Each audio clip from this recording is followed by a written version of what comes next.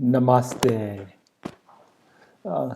I've been having so much fun the last couple of days that I want to address some of the. A few days ago, 3 days ago, I made a video I called Awaken Meditation, and I really didn't give its due. I really didn't give its due. What I really wanted to talk about, I want to add now, because as always, I go back and I listen to what I said.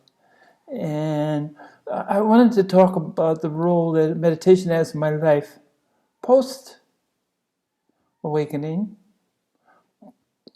versus pre-awakening. Adyashanti said it nice, non-abiding awakening and abiding awakening. Once you cross from non-abiding awakening to abiding awakening, of course, I used permanent and impermanent, because the process you can kind of go back and forth until you cross from into permanent, from impermanent, from non-abiding to abiding. But anyway, I wanted to talk more about the role that meditation in my life now. I'm having fun. I just want to share with you guys. I'm really having fun. Life is good. I'm loving life. As I've said before, I'm a better man today than I was yesterday, and I'll be a better man tomorrow than I am today. This continual process, this beautiful ride that we're on, this ride to now here. Nowhere. But I didn't want to sell it short because it was a tool. I always enjoyed meditating. I've been meditating since I was at least 12, and so I am approaching 75. So I'm not that quick on the math, but what was that, 63 years? Almost 63 years of meditation on a daily basis, pretty much. The one consistent in my otherwise inconsistent life has been this meditation. But before it was a tool, and sometimes it felt like an obligation, and sometimes, I went through 33 years of the rigorous Renzai Zen, sitting straight, blah, blah, blah, blah, blah, and told you that I gave up I had to give up, Buddha gave up. I remember reading that somewhere. No, he did, because he tried everything, and once you give up, it's part of the process. At least it was my process, and so that's all I can do is share my process, and hopefully there's some kindred souls, or it's something that's meaningful and timely for people out there in YouTube land.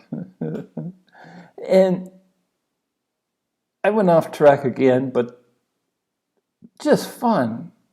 Now I meditate from 1333 to 1533. Pretty close there, here or take. And I talked about that. But it's pure joy. That's awakened meditation. It's just a celebration of you and me and our oneness and our wholeness and the beauty of that, and my heart just erupting with love. Unconditional. Non-conditional. What's the difference with unconditional and non-conditional? No conditions, just unlimited love is pouring forth for me. And that's what I really want to share. It's the joy, the pleasure, the wonderfulness, the happiness that meditation means now. Still practice. And I've always learned one good thing happened to 33 years in Renzai Zen is we used to practice walking meditation. I love it. So I pretty much meditate 24/7. I make everything into meditation. It's quite possible. But then I do take the discipline. It's necessary for me to sit and sit in the best, most comfortable position that I can and enjoy. So that's really what I want to say, that I kind of neglected to say.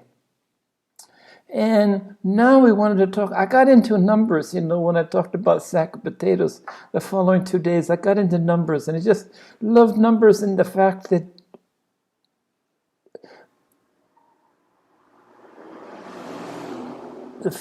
part of the process is there's a point where for one brief millisecond, I don't know, I can't. It's a tiny little number. I knew everything that had been known, will be known, is known. Had been known, will be known, is known. Pretty much all-inclusive. Short-lived. As you imagine, that I certainly don't have the resources to store. But it's part of that process of numbers became very clear to me. And I made a glaring error when I made a couple glaring errors that bothered me in the sack of potatoes. And man, I feel like a sack of potatoes today,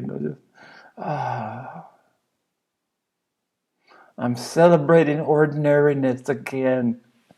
I just love to be ordinary. I didn't even put on a mala today. I just sat down here and started talking to you. But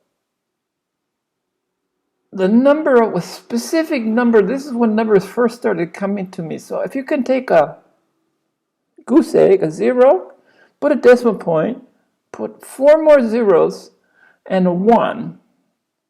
Now, those of you much better at math, I said I could entertain numbers. I didn't say that I understood mathematics. I just became aware, and I could keep track of, I could get my mind around immensely large and equally immensely small numbers, but certainly didn't master mathematics, that's for sure. So you tell me what it is. 0.00001.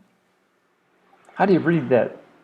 Times 8 billion. I've rounded it up since I started because I used to use 7,800,000, but I just realized read recently that we went over 8 billion. So my number, I said 800 million awakened beings, and it should be 800,000, which means in my small country of Taiwan, with 23 million, about the same size as Australia, there's 230 other awakened beings on this island. Now, when I said it, 800 million just sounded too big because it is pretty much rare. Most of us never have the opportunity, and we probably wouldn't be able to recognize. I think if you saw me on the street, I celebrate my ordinariness. And I suspect that people see me as, people that don't know me see me as very ordinary. But I think that what they're not aware of, what you don't know won't hurt you, right? And the other thing I was talking about, I started talking, when I built up to the punchline of the sack of potatoes, the Dalai Lama in his meditation, his lack of a straightness, whatever you want to call it. And pardon me while I'm searching for something, because I wanted to thank some people. So I'm going to click here And oh, I don't want this one. I want notes. Okay. Now, I do read, Quora. I like Quora. I read Quora. I don't I have never contributed to Quora, but I like it as a format. And there's some really great people. And, I was talking about my wrestling with clarity. And here, Pasha Foley, somebody that I like a lot, that I read a lot of her stuff, and I recommend on Quora. In awakening, one sees clearly.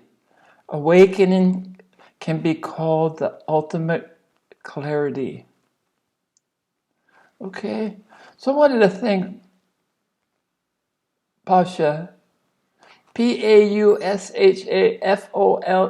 A lot of good stuff that she does. And I had told you that purpose, I understood clarity to mean purpose. But then, she just... So maybe I can see clearly now. Maybe just... If I was stuck with Renzai Zen till I awaken. But the funny thing is, no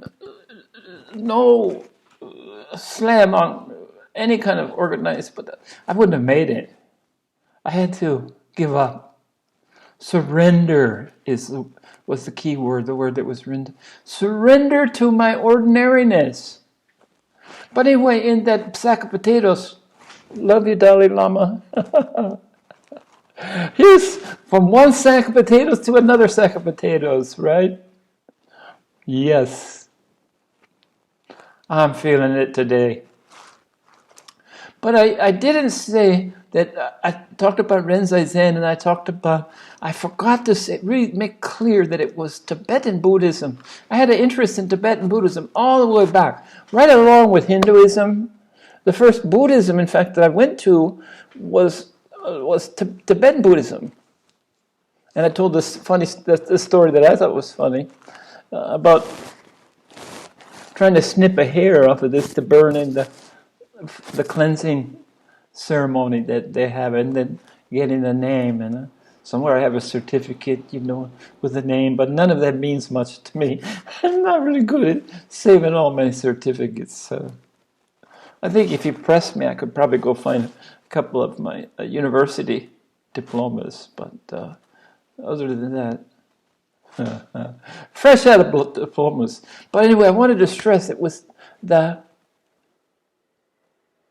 Tibetan that I love so much. God, I love the demons, and I love the colors, and I love the practice, and I know some. I studied, the different schools and all the schisms that always happens, that it's going to happen. But anyway, I just wanted to clear that up.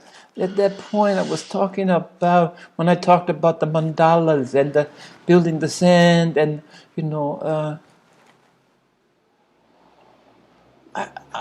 honorific title for a Tibetan monk. I don't know if that's Roshi. I said Roshi, but I'm not sure. I have to look that up. The honorific term for a monk, a Tibetan monk.